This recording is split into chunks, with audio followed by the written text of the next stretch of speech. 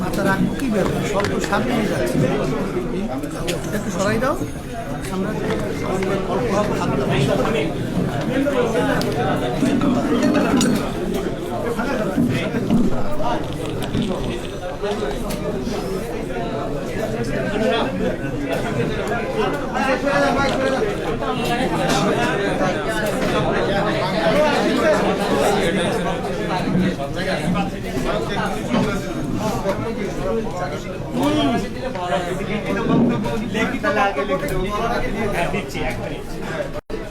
শুরু করার আগে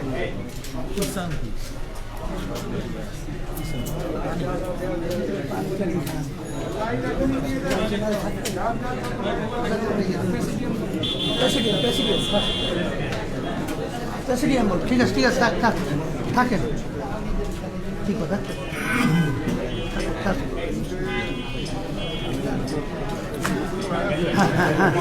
এখন না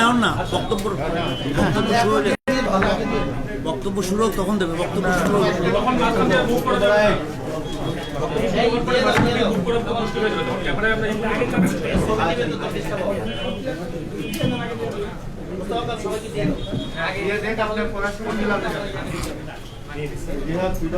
আসসালামু আলাইকুম ওয়া রাহমাতুল্লাহি ওয়া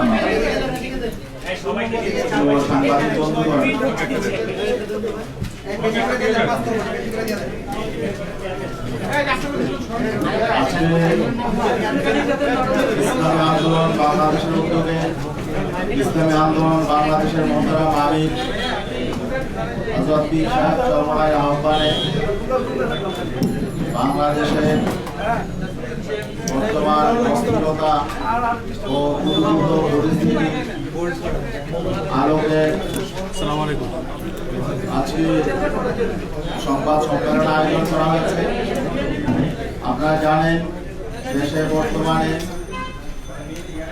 ধোলাইপাড়ে বঙ্গবন্ধুর ভাস্কর্যকে কেন্দ্র করে একটি উত্তেজনাকর পরিস্থিতির সৃষ্টি হয়েছে এবং সেই ঘটনাকে কেন্দ্র করে আজকে সারা দেশে আমাদের জনগণের মধ্যে যে বিভক্তি তৈরি হয়েছে, আমাদের যে দেশের স্বাধীনতা সার্বভৌমত্ব যে অনিশ্চয়তা তৈরি হয়েছে, এরই আলোকে আজকে ইসলামী আন্দোলন বাংলাদেশ এই বিষয়টি নাজুকতা উপলব্ধি করে ইসলামী আন্দোলন বাংলাদেশের দৃষ্টিভঙ্গি এবং ইসলামী আন্দোলন বাংলাদেশের পক্ষ থেকে সরকারের প্রতি, জনগণের প্রতি, মিডিয়ার প্রতি আহ্বান, কিছু জরুরি নির্দেশনা পেশ করার জন্য আজকের এই সাংবাদিক সম্মেলনের আয়োজন করা হয়েছে। আজকের এই সাংবাদিক সম্মেলনে উপস্থিত রয়েছেন ইসলামী আন্দোলন বাংলাদেশের মোহতারাম আমির হযরত মাওলানা মুফতি সৈয়দ মোহাম্মদ রেজাউল করিম পীর সাহেব হুজুর চরমনাই। উপস্থিত রয়েছেন ইসলামী আন্দোলন বাংলাদেশের সিনিয়র নায়েবে আমির হযরত মাওলানা মুফতি সৈয়দ মোহাম্মদ ফয়জুল করিম। উপস্থিত রয়েছেন ইসলামী আন্দোলন বাংলাদেশের প্রেসিডিয়ামের অন্যতম সদস্য অধ্যক্ষ মাওলানা মুসাদ্দিক বিল্লাল মাদানী। উপস্থিত রয়েছেন ইসলামী আন্দোলন বাংলাদেশের অন্যতম উপদেষ্টা, রাজনৈতিক উপদেষ্টা অধ্যাপক আশরাফ আলী আকন। উপস্থিত রয়েছেন ইসলামী আন্দোলন বাংলাদেশের কেন্দ্রীয় যুগ্ম মহাসচিব অধ্যাপক মাহবুবুর রহমান। উপস্থাপনায় আছি আমি মাওলানা গাজী আতাউর রহমান এবং আরো উপস্থিত রয়েছেন বাংলাদেশের বিশিষ্ট ইসলামী ব্যক্তিত্ব, বিশিষ্ট রাজনৈতিক বিশ্লেষক মাওলানা ওবায়দুর রহমান খান নদভী। উপস্থিত আছেন ইসলামী আন্দোলনের প্রেসিডিয়ামের অন্যতম সদস্য জনাব গোলাম মাওলা, খন্দকার গোলাম মাওলা। আরো উপস্থিত রয়েছেন ইসলামী আন্দোলন বাংলাদেশের কেন্দ্রীয় সাংগঠনিক সম্পাদক ইঞ্জিনিয়ার আশরাফুল আলম, কেন্দ্রীয় প্রচার সম্পাদক আহমদ আব্দুল কাইয়ুম, সহকারী সাংগঠনিক সম্পাদক এম আতিকুর রহমান, সহপ্রচার সম্পাদক মাওলানা দেলোয়ার হোসেন সাকি এবং ইতিমধ্যে উপস্থিত হয়েছেন ইসলামী আন্দোলন বাংলাদেশের সহকারী মহাসচিব জনাব আলহাজ আমিনুল ইসলাম এবং ইসলামী আন্দোলনের অন্যান্য কেন্দ্রীয় নেতৃবৃন্দ রয়েছেন, ছাত্র আন্দোলনের সভাপতি সেক্রেটারি রয়েছেন, যুব আন্দোলনের সেক্রেটারি এবং ইসলামী আন্দোলন বাংলাদেশের বিশিষ্ট দায়িত্বশীল জনাব মাওলানা নেসারউদ্দিন রয়েছেন এবং রয়েছেন ইসলামী আন্দোলন বাংলাদেশের মুক্তিযোদ্ধা বিষয়ক সম্পাদক আলহাজ মোহাম্মদ আবুল কাশেম এবং অন্যান্য নেতৃবৃন্দ রয়েছেন। এখনই আজকের এই সংবাদ সম্মেলনে লিখিত বক্তব্য পেশ করছেন ইসলামী আন্দোলন বাংলাদেশের মুহতারাম আমির হযরত মাওলানা সৈয়দ মোহাম্মদ রেজাউল করিম পীর সাহেবুর রহমান।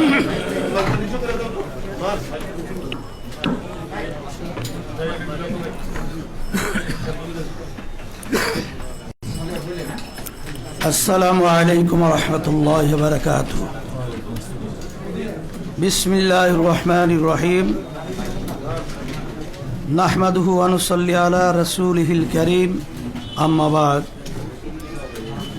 প্রিয় সাংবাদিক বন্ধুগণ, গোটা বিশ্ব যখন করোনা মহামারীর সবলে বিপর্যস্ত, বাংলাদেশ যখন করোনা পরিস্থিতির প্রথম ধাপ অতিক্রম করে দ্বিতীয় ধাপের হুমকি সামলাচ্ছে, দেশে সাধারণ মানুষ যখন রুটি রুজি জোগাড়ে হিমশিম খাচ্ছে, দ্রব্যমূল্য যখন আকাশচুম্বী, যখন নাগরিক সমস্যা মোকাবিলায় দলমতের ঊর্ধ্বে ওঠে, জাতীয় ঐক্যের প্রয়োজন সবচেয়ে বেশি, তখন দেশের একটি চিহ্নিত মহল কর্তৃক জনগণের মাঝে ঘৃণা ও বিভেদ সৃষ্টির অপচেষ্টার প্রেক্ষিতে আজকের এই সংবাদ সম্মেলনে আপনাদেরকে আমন্ত্রণ জানিয়েছি। আজকের সংবাদ সম্মেলনে উপস্থিত হয়ে আন্তরিকতার পরিচয় দেওয়ায় শুরুতেই সবাইকে ধন্যবাদ জানাই। প্রিয় সাংবাদিকবৃন্দ, আপনারা জানেন ইসলাম চরিত্রগতভাবেই শান্তিবাদী একটি ধর্ম। পবিত্র কোরআনে পরিষ্কারভাবেই জোর করে কারো উপরে ধর্ম চাপাতে নিষেধ করা হয়েছে। ফলে ইসলাম তার 1450 বছরের ইতিহাসে কখনোই কোনো জনপদে শক্তি প্রয়োগ করে ইসলামের কোনো বিধান চাপিয়ে দেয় নাই। অনুরূপভাবে বাংলাদেশের সমাজকে অপরাধমুক্ত রাখতে, কর্মমুখী করতে, সমাজের শান্তি শৃঙ্খলা রক্ষা করতে, সমাজের মানুষের মাঝে সম্প্রীতি, সহমর্মিতা ও সৌজন্যবোধ চর্চায় ওলামায়ে কেরাম শান্তিপূর্ণভাবে যুগ যুগ ধরে নিরলস চেষ্টা করে যাচ্ছেন। প্রিয় সাংবাদিক বন্ধুগণ, আপনারা বর্তমান পরিস্থিতি জানেন। একটি সুবিধাভোগী মহল সাধারণ মুসলিম জনতার উত্থাপিত একটি মতামতকে কেন্দ্র করে গোটা দেশে লম্ফজম্ফ, হুমকি ধুমকি দিয়ে বিশৃঙ্খলা তৈরির চেষ্টা করছে। তাদের পিছনে বাংলাদেশের অর্জন, উন্নয়ন, সামাজিক সম্প্রীতি ও স্থিতিশীলতা বিনাশে কর্মরত কিছু দেশি বিদেশি চক্রেরও ইন্ধন রয়েছে বলে ধারণা করা হয়। স্বপ্নের পদ্মা সেতু প্রকল্পের ঢাকা কেন্দ্রের প্রবেশদ্বারে বঙ্গবন্ধুকে স্মরণ করে স্থাপিত হতে যাওয়া ভাস্কর্য নিয়ে একটি বিতর্ক তৈরি হয়েছে। ৫-৭টি মসজিদ মাদ্রাসার মিলন মোহনায় 2টি মসজিদের অবকাঠামো ভেঙে এই পয়েন্টে ভাস্কর্য স্থাপনের ফলে স্থানীয় ইমাম, মুসল্লি ও তৌহিদি জনতা সেখানে ভাস্কর্যের বদলে বিকল্প কোনো উত্তম পন্থায় বঙ্গবন্ধুকে স্মরণীয় করে রাখার দাবি জানিয়েছিল। সাংবাদিক বন্ধুগণ, আপনারা জানেন বাংলাদেশ সরকারের বিদ্যমান আইন কানুন মেনেই তৌহিদি জনতা সমাবেশ করেছে এবং সেখানে শালীন ভাষাতেই যৌক্তিকভাবে ভাস্কর্য স্থাপনের বিরোধিতা করা হয়েছে। একই সাথে বঙ্গবন্ধুকে সম্মান জানানোর বিকল্প পন্থাও প্রস্তাব করা হয়েছে। বিষয়টি একেবারেই স্বাভাবিক একটি নাগরিক প্রতিক্রিয়া, কিন্তু আমরা বিস্ময়ের সাথে লক্ষ্য করলাম একটি সুবিধাভোগী মহল বিষয়টিকে কেন্দ্র করে দেশে চরম উস্কানি উত্তেজনা তৈরি করছে। সরকার যেখানে প্রতিবাদ সমাবেশের অনুমতি দিয়ে যৌক্তিক আলোচনা ও মতামতের পরিবেশ সংযমের সাথে বজায় রেখেছে, সেখানে জনবিচ্ছিন্ন সুবিধাভোগী শ্রেণীটি ওলামায়ে কেরামকে সন্ত্রাসী ভাষায় গালিগালাজ করছে, ঢালাওভাবে অপবাদ দিচ্ছে, মাহফিলের মতো চিরায়ত ধর্মীয় সংস্কৃতিকে উগ্রপন্থায় প্রতিহত করার ঘোষণা দিচ্ছে, রাজপথে সন্ত্রাসী কায়দায় উগ্র বক্তব্য স্লোগান দিচ্ছে, প্রকাশ্যে আলেম সমাজকে মারধর, অপমান, এমনকি তাদের প্রাণনাশের হুমকি দিচ্ছে। এখনও পরিস্থিতিতে আমরা পরিষ্কার করে জানাচ্ছি যে ওলামায়ে কেরামের দাবির মধ্যে মরহুম বঙ্গবন্ধুর প্রতি কোনো বিদ্বেষ ছিল না, অসম্মানও ছিল না, বরং বিষয়টি ছিল দেশের প্রায় 90% জনগণের বোধ বিশ্বাসের সাথে সাংঘর্ষিক মূর্তি স্থাপন না করে অন্য কোনো পন্থায় তাকে স্মরণ করার দাবি, যা অনেকটা মুসলিম রাষ্ট্রনায়ককে ইসলামের আলোকে দাফন কাফন না করে বিধর্মীয় পন্থায় তার শেষকৃত্য করার মতোই নিন্দনীয় কাজ। আলেম সমাজ ও সাধারণ মুসলিম ধর্মপ্রাণ জনগণ এক্ষেত্রে সরকারের কাছে নিজেদের প্রাণের আকুতি তুলে ধরতেই পারে। মানা না মানা কর্তৃপক্ষের দায়িত্ব। এই যৌক্তিক দাবিকে কেন্দ্র করেই তারা দেশের দীর্ঘদিনের লালিত মূর্তিপ্রীতি ও বিজাতীয় চেতনার বহিঃপ্রকাশ ঘটিয়েছে। বিষয়টিকে বিকৃতভাবে উপস্থাপন করে দেশের সর্বজন শ্রদ্ধেয় ওলামায়ে কেরামকে অপদস্থ করার হাতিয়ার হিসাবে গ্রহণ করেছে। এসব কোনো দেশপ্রেমিক মানুষের কাজ হতে পারে না।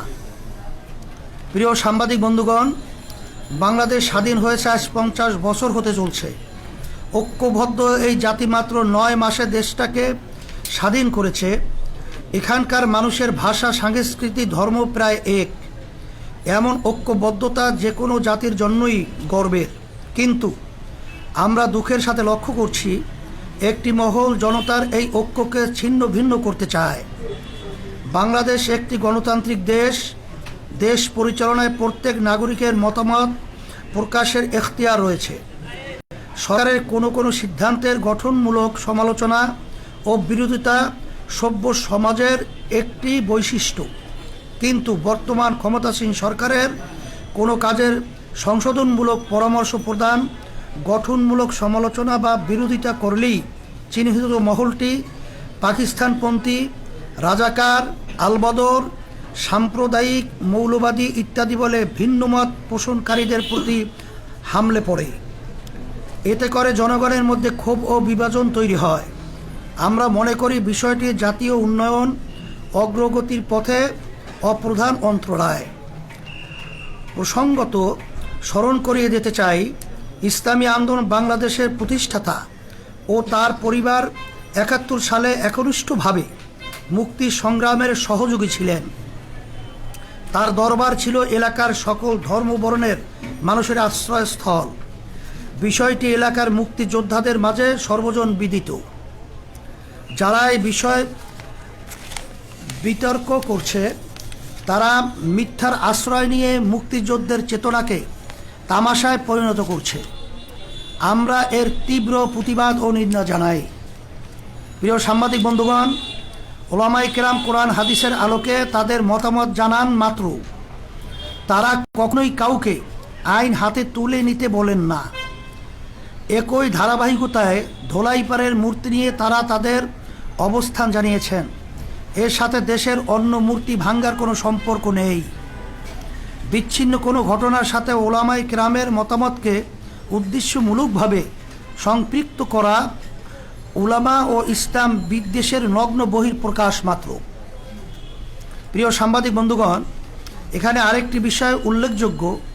মরহুম শেখ মুজিবুর রহমানের শাসনামলে যারা তার বেশি বিরোধিতা করেছে, বঙ্গবন্ধুর চামড়া খুলে নেয়ার হুমকি দিয়েছে, বঙ্গবন্ধু হত্যার ক্ষেত্র তৈরি করেছে, মৃত্যুর পরে আনন্দ উল্লাস করেছে, তারাই আজ বঙ্গবধূর সম্মান রক্ষার নামে অপসংস্কৃতি প্রসারে সবচেয়ে এগিয়ে।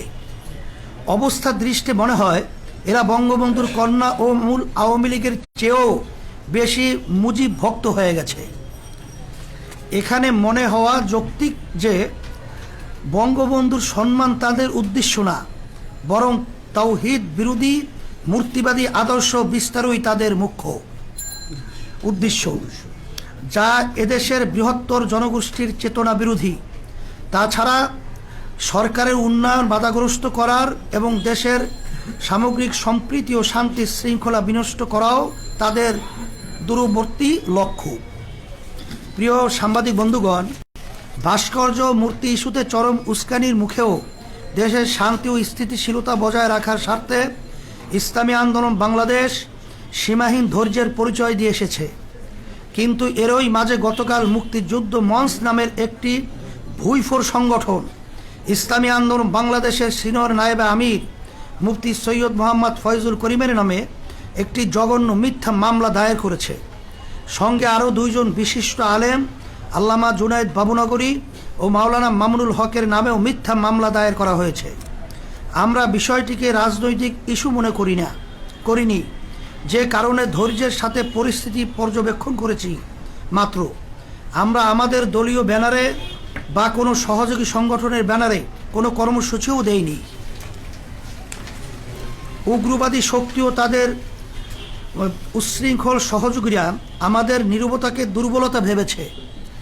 আমি সরকারকে এসব অন্যায় সীমালঙ্ঘনকারীদের নিবৃত্ত করার অনুরোধ জানাই ও ক্ষমতাধীন সরকার এবং তাদের সুবিধাভোগী উগ্র সমর্থকদের সতর্ক করে বলতে চাই, এদেশের ধর্মপ্রাণ সাধারণ মুসলমানরা আজ ঐক্যবদ্ধ। শান্তিপ্রিয় ধর্মপ্রাণ মানুষের ধৈর্যেরও একটা সীমা আছে।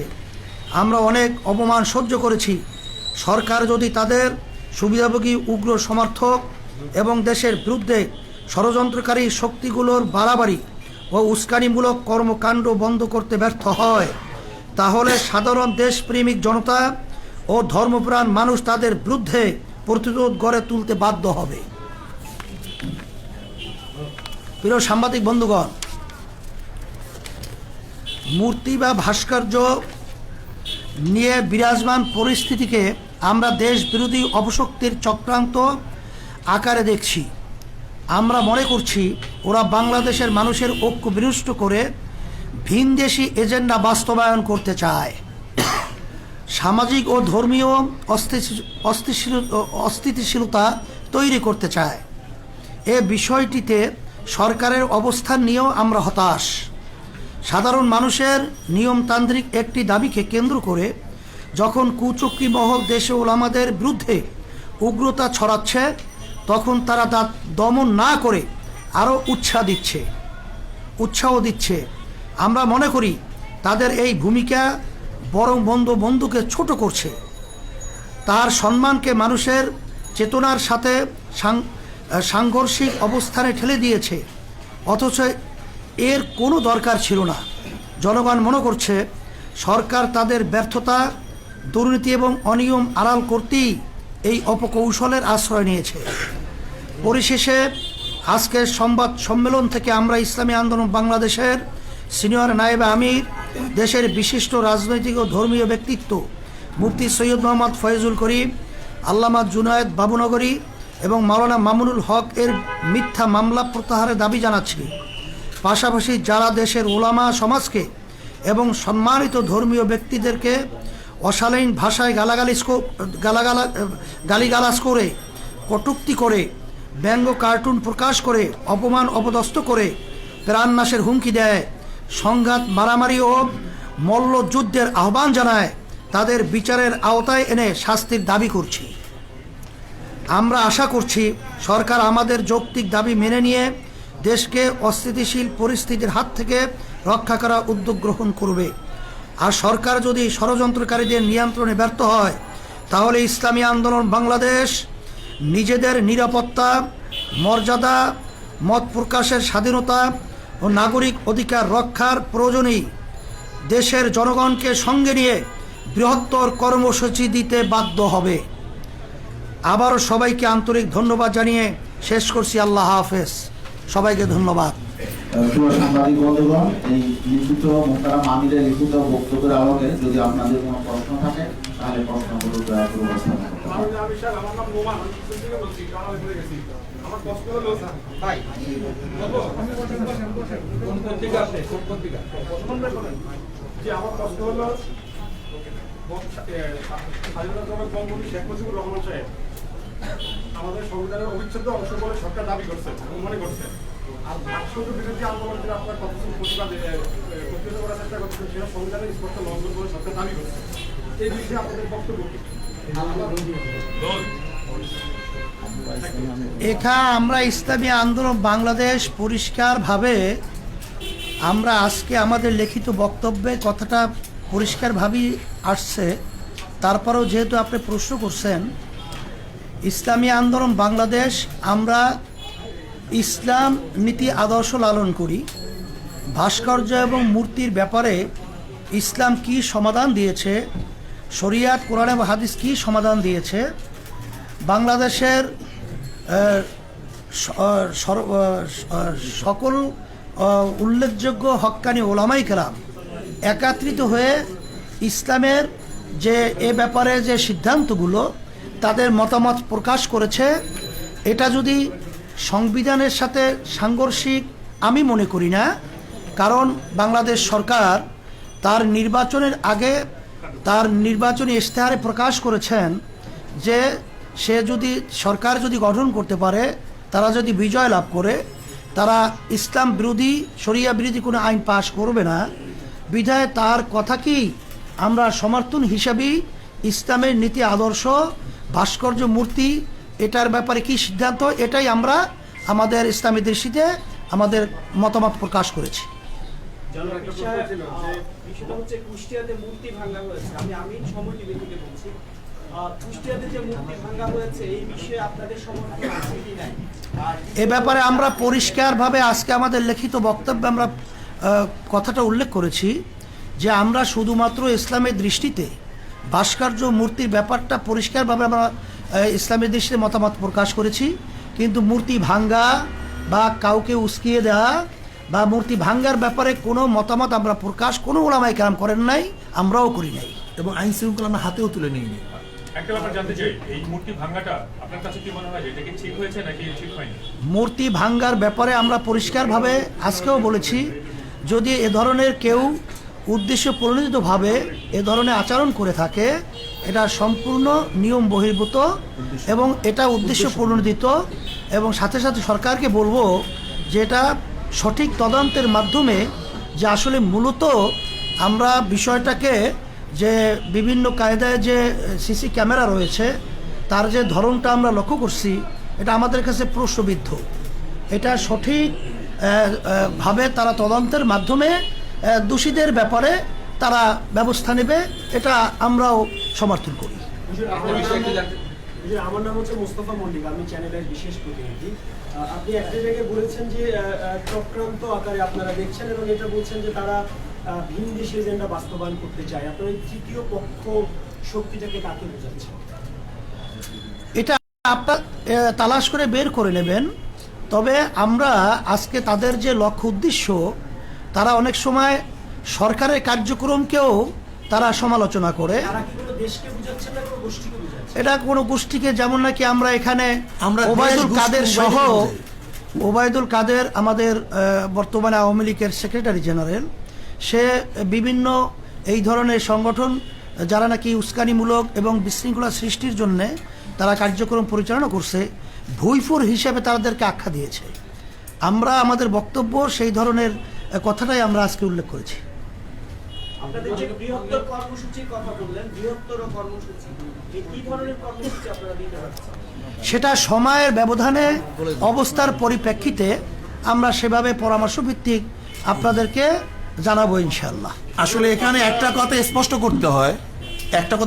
করতে হয়, একটা হলো বঙ্গবন্ধুর নিজেকে কটূক্তি করা, তাকে অশ্রদ্ধা সম্মান করা, আর তার প্রকৃতি ভাস্কর্যকে না মানা, দুইটা জিনিস এক না। যেমন বাবা অসুস্থ, ডায়াবেটিস রোগী, 2 ছেলে, বাবা মিষ্টিকে পছন্দ করে, এক ছেলে তার কাছে মিষ্টি নিয়ে যায়, আর এক ছেলে তার থেকে জোর করে মিষ্টি ছিনিয়ে নিয়ে যায়। উভয় দৃষ্টিতে দেখা যায় একজন তার প্রিয় আর একজন তার প্রিয়, কিন্তু যে জ্ঞানী সে অবশ্যই মনে করবে যে যেই ছেলে বাবার ডায়াবেটিস রোগীর থেকে মিষ্টি ছিনিয়ে নিয়ে যায় সেই তার উপকারী এবং তিনিও সবচেয়ে বেশি। আমরা মনে করি বঙ্গবন্ধু শেখ মুজিবুর রহমান একজন মুসলমান, তার মাথায় টুপি, তার বাবার মাথায় টুপি, তার বাবার দাড়ি বড় বড় দাড়ি। যারা আজকে বঙ্গবন্ধু সেই টুপিকে কোন কুকুরের মাথায় দেয় তারা বঙ্গবন্ধু শ্রদ্ধা করে, তার দাদা দাড়ি বাবাকে যা শ্রদ্ধা তারা বঙ্গবন্ধু শ্রদ্ধা করে না। আর মনে রাখতে হবে বঙ্গবন্ধু দেশ এর ছিল না, এরা ছিল অনেক দূরে। এদেশে আসছে কেন, ইরাক থেকে কেন আসছে তাদের ইতিহাস হবে। বঙ্গবন্ধুর পরিবার ইরাকের বিদেশি অনেক আগে ধর্ম প্রচার করার জন্য, তার জাতিগতভাবে ধার্মিক, বাবা দাদা ধার্মিক, তার সমস্ত গোষ্ঠী ধার্মিক। খোদ বঙ্গবন্ধুকে বলেছেন এদেশের ডাকাতরা চোরেরা সব কিছু নিয়ে এসে, কিন্তু ইমানদার লোক আমরা বেঁচে আছি, ইমানের সাথে তাদের মোকাবিলা হবে। এটা বঙ্গবন্ধু নিজের বক্তব্য। তিনি কি বলেছেন? ইনশাআল্লাহ।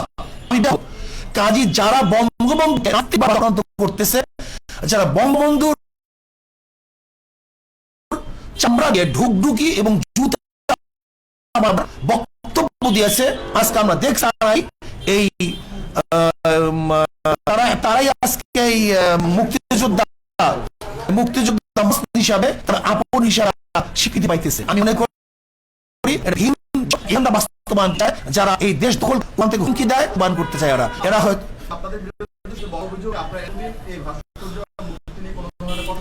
কে বলছে আপনাদের আন্দোলন করেছি আমরা ময়মনসিংহের উলঙ্গ। আপনারা দেখেন ময়মনসিংহে যে মূর্তি স্থাপন করা হয়েছে টিচার ট্রেনিং ইনস্টিটিউটের সামনে, কোন ভদ্র, কোন জ্ঞানী, কোন বিবেকবান মানুষ এই মূর্তিকে গ্রহণ করতে পারে না, মানতে পারে না। কিন্তু বিবেকবান মানুষ আজকে সেটা প্রতিবাদ করে না। আমি মনে করি বঙ্গবন্ধু একজন মুসলমান, আমরা তাকে মহাব্বত করি, আমরা তাকে ভালোবাসি, তার কবরে আযাব না হোক এই চেষ্টা আমরা করি। শুধু জিয়াউর রহমান কেন, আমার বাবার মূর্তিকে আমি পছন্দ করি না, আমার দাদার মূর্তিকে আমি পছন্দ করি না। জনাবে মুহাম্মদ রাসূলুল্লাহ সাল্লাল্লাহু আলাইহি ওয়াসাল্লামকে সবচেয়ে মুসলমান বেশি মহব্বত করে, জীবনের চেয়ে বেশি মহব্বত করে, কিন্তু কই সে দুনিয়া থেকে বিদায় হওয়ার পরে তার মূর্তি স্থাপন কেন করা হয় নাই? কাজে ইসলামের দৃষ্টিতে ভাস্কর্য স্থাপন করা এরা মহব্বতের বহিঃপ্রকাশ নয়, বরং যে তাকে মহব্বত করে, কবরে শান্তি দিতে চায়, তাকে জান্নাতে পৌঁছাতে চায়, সে তার ভাস্কর্য করবে না। যেমন বর্তমান আমাদের মাননীয় প্রাইম মিনিস্টার, তাকে যারা মহাব্বত করে, আমি মনে করি সেও দুনিয়া থেকে বিদায় হওয়ার পরে তার ভাস্কর্য করাটা তার জন্য মহাব্বতের বহিঃপ্রকাশ হবে না, বরং তাকে ঘৃণা প্রকাশ করাই এইটি হবে তার আসল বহিঃপ্রকাশ। প্রশ্নই আসে না, প্রশ্নই আসে না। এই বিষয়ে একটা ছোট প্রশ্ন, আমি আরাফাত সিদ্দিকী এটি নিউজে কাজ করি। আপনারা বলছেন যে আপনারা সরকারের কাছে আপনাদের বক্তব্য, মুসলমানদের বক্তব্যটা তুলে ধরেছেন, তাদের দাবিটা তুলে ধরেছেন। সেই দাবিটা তুলে ধরতে তো প্রধানমন্ত্রীর কাছে আপনারা সরাসরি যেতে পারতেন। আমাদের দেশের প্রক্রিয়া এইভাবে, আমাদের দেশের প্রক্রিয়া দাবি, সরকারের কাছে দাবি জানাবার প্রক্রিয়া হলো জনসাধারণকে সামনে নিয়ে তাদের বক্তব্য উপস্থাপন করা। এইটি আমাদের দেশের প্রক্রিয়া, গণতান্ত্রিক রাষ্ট্রের পদ্ধতি প্রক্রিয়া এইভাবেই হয় দাবি জানাবার। যে সংগঠনগুলোর কথা বলছেন বা যারা আপনাদের সাথে মামলা করেছেন, তাদের দাবি হচ্ছে যে ভাস্কর্য এবং মূর্তি এক নয়, এবং গেল কয়েকদিন ধরে এই ধরনের বক্তব্য আমরা গণমাধ্যমে পাচ্ছি। তো আসলে আপনাদের কাছে একটু ব্যাখ্যা আমি এটার সাথে যুক্ত করতে চাই যে সরকার, মানে যাদের পক্ষ থেকে মামলাগুলো করা হয়েছে কিংবা যারা এই যে আপনাদের বিরোধিতা করছে, তারা বলার চেষ্টা করছে যে শুধুমাত্র বাংলাদেশেই না, পৃথিবীর বিভিন্ন ইসলামী দেশেও নানান ধরনের ভাস্কর্য তৈরি হয়েছে এবং সেগুলো তাদের ঐতিহ্যকে লালন করছে।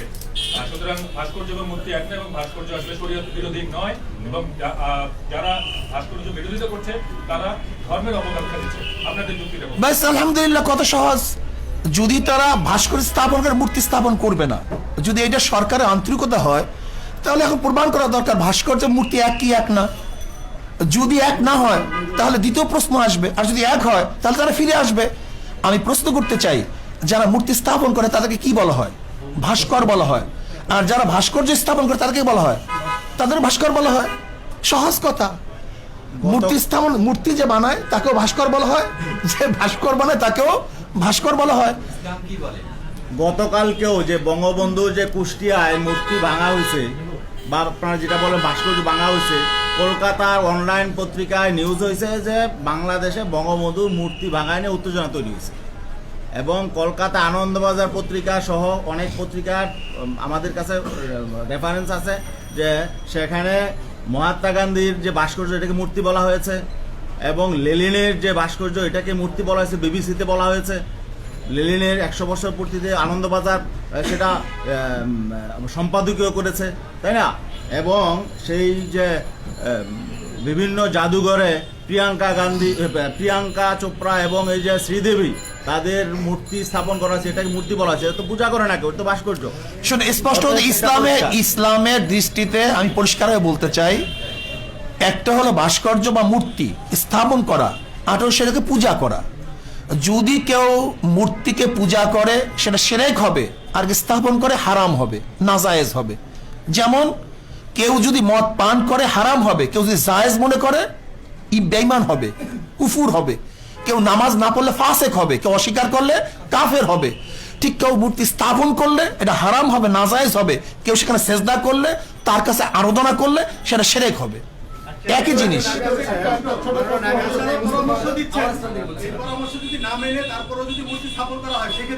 ব্যাস, আমরা তো বলছি আবার সচেতন করব। আইন শৃঙ্খলা আমরা হাতে তুলি নেই। ইসলামী আন্দোলন বাংলাদেশ আজ পর্যন্ত আইন শৃঙ্খলা হাতে তুলে নেই। আমাদের কাজ হলো সতর্ক করা, পরামর্শ দেয়া, তাদেরকে জানিয়ে দেওয়া, অন্যায় প্রতিবাদ করা। আপনাদের এই প্রশ্নের উত্তরগুলো অনেকটাই আমাদের লিখিত বক্তব্য চলে আসছে।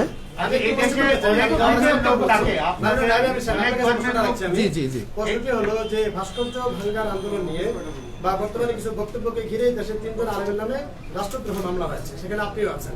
এই বিষয়টা এখানে এসেছে। আমার প্রশ্ন হলো, রাষ্ট্রদ্রোহী মামলা হয়েছে আপনার নামে, আপনার প্রতিক্রিয়া কি ব্যক্তিগতভাবে? আসলে রাষ্ট্রদ্রোহ মামলা হয় নাই, প্রক্রিয়া আছে। রাষ্ট্রদ্রোহ মামলা হওয়ার জন্য যে পদ্ধতি পন্থা, সেটা তার প্রক্রিয়া আছে। আমি মনে করি এটা আমাদের উপর অবিচার করা হয়েছে। আমরা রাষ্ট্রদ্রোহ কোনো কাজ করি নাই, বরং যদি এই মামলা আমাদের বিরুদ্ধে হয় তাহলে আমি মনে করবো অবৈধভাবে আমাদের উপর জুলুম করা হয়েছে। সরকার আমাদের জুলুম করছে এবং জনগণের কাছে আমরা এটা উপস্থাপন করব, জনগণ এই বিচার করবে। আচ্ছা, এই দেশে অনেক ধর্মের লোক বসবাস করে, ইসলাম ধর্মের বাইরেও অনেক লোক, কিন্তু আপনাদের এইসব যারা অনেক সময় তাদের ধর্মীয় বিধান অনুযায়ী মূর্তিকে তারা হয়তো পূজা করে, তো আপনাদের এই বক্তব্যের পরে যে বাংলাদেশের যে একটা অসম্প্রদায়ের চরিত্র, সেটা কি কোনো রকম আঘাত আসবে কিনা, কিংবা অন্য ধর্মের প্রতি প্রশ্নই আসে না। আমাদের আজকে বক্তব্য আপনি শুনছেন, ইসলামের নীতি আদর্শ এবং দৃষ্টি, এটা আমরা পরিষ্কার বলছি। কোন ধর্মের উপরে, তাদের কার্যক্রমের উপরে ইসলাম কোন জিনিস চাপিয়ে দিয়ে বাধ্য করা হয়নি। এটা পরিষ্কার আমাদের আজকে বক্তব্য লেখা। শ্রদ্ধাভাজন আমার সাংবাদিক বন্ধুগণ, যদি ইসলাম মূর্তি ভাঙ্গার আদর্শ লালন করত, বিজাতীয়দের মূর্তি যারা পূজা করে লালন করত, তাহলে পাক উপমহাদেশে 750-900 পর্যন্ত মুসলমান শাসক হওয়া সত্ত্বেও এদেশে মূর্তি থাকি কিভাবে? কিন্তু কোন মূর্তি তো ভাঙা হয়নি। আপনি ভাস্কর্যের যে ব্যাখ্যাটা দিয়েছেন, ভাস্কর্যে যদি প্রাণীর ছবিটা থাকে তাহলে সেটা কিন্তু আসলে ইসলামের জন্য হারাম। এবং সেই সঙ্গে আপনাদের বক্তব্য, কিসের জন্য? চিত্রকর যারা ছবি আঁকেন তারা তো আসলে হারাম, তারা তো আসলে নিষ্ঠতম জায়গায় লিখিত হবে। তো আমার প্রশ্ন যে বঙ্গবন্ধুর অনেকদিন ধরে চিত্রাঙ্কন প্রতিযোগিতা হচ্ছে, ছবি আঁকা হচ্ছে। আচ্ছা, আমি একটা কথা বলি, আমরা তো বলছি শোনে, আসলে না, আমরা বলছি আগে এর থেকে এর প্রতিবাদ আমরা আগেই করছি। হুট করে হলে কিভাবে? এদেশে আরো খুন হয়েছে, কিন্তু সিনা খুন হওয়ার পরে এইটা সেই অবস্থায় পুষতে, যা দেশে ধর্ষণ, লুট, তরাস, খুন, গুম যারা সেঞ্চুরি পালন করছে, তারা আজকে আমাদেরকে বলতেছে আমরা দেশদ্রোহী, আমাদেরকে মল্লযুদ্ধের জন্য আহ্বান করতেছে। আমরা তাদের সাথে মল্লযুদ্ধ করতে চাই না। তো আপনারা তো নানান বিষয় নিয়ে সবসময় সোচ্চার থাকেন, মাদ্রাসায় যে ছাত্র নির্যাতন হয় সেইসব বিষয় নিয়ে আপনারা 100 বার বলতেছি, আমরা 100 বার বলতেছি, যেখানে অপরাধ আছে তার বিরুদ্ধে আমরা করি, কিন্তু অপরাধ চাপিয়ে দেয় মন্দিরের মধ্যে, গির্জার মধ্যে। শুধু তাই না, আজকে দেখেন আপনি যে আমরা তো এইটার প্রতিবাদ করি, বরং যারা এইটার সমকামীর আইন পাশ করার জন্য যারা বারবার উত্থাপন করছে আমরা তাদের বিরোধিতা করছি।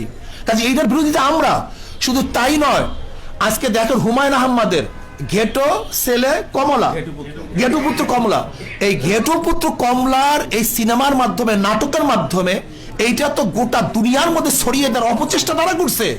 কাজে এই অপবাদ তো তাদের উপরে আসবে, এটা আমাদের উপরে আসবে কেন? যেটা আমরা সবসময় হারাম বলতেছি, নাজায়েজ বলতেছি, সর্বোচ্চ ঘৃণার জিনিস মনে করতেছি। কাজে আমি মনে করি দেশ যেহেতু নষ্ট হয়ে গেছে, দেশ যেহেতু ধ্বংস হয়ে গেছে, কাজে এর কিছু আচরণ সব জায়গায় লাগতে পারে, এটা বিচ্ছিন্ন ঘটনা, কিন্তু তার উপরে জাতির কোনো অবদান। আল্লাহ পাক আমাদের সবাইকে কবুল করে নেন। আপনারা উপস্থিত হওয়ায়, কষ্ট করায় শুকরিয়া আদায় করছি। এবং মেহমানদারি আর আপনারা মেহমানদারি আপনাদের জন্য ব্যবস্থা রাখা হয়েছে। আশা করি আপনাদের মেহমানদারি আপনারা গ্রহণ করবেন। আর আপনাদের আজকে ওয়ালাইকুম সালাম, সকলকে ধন্যবাদ জানাই। আজকে আপনারা আন্তরিকভাবে যে সুন্দর পরিবেশ তৈরি করেছেন, আপনাদেরকে অসংখ্য ধন্যবাদ। আজকে সাংবাদিক সম্মেলন কার্যক্রম আলোচনা এখানে সমাপ্ত হলো। সাংবাদিক বন্ধুগণ, আপনাদের জন্য সামান্য আপ্যায়নের ব্যবস্থা আছে।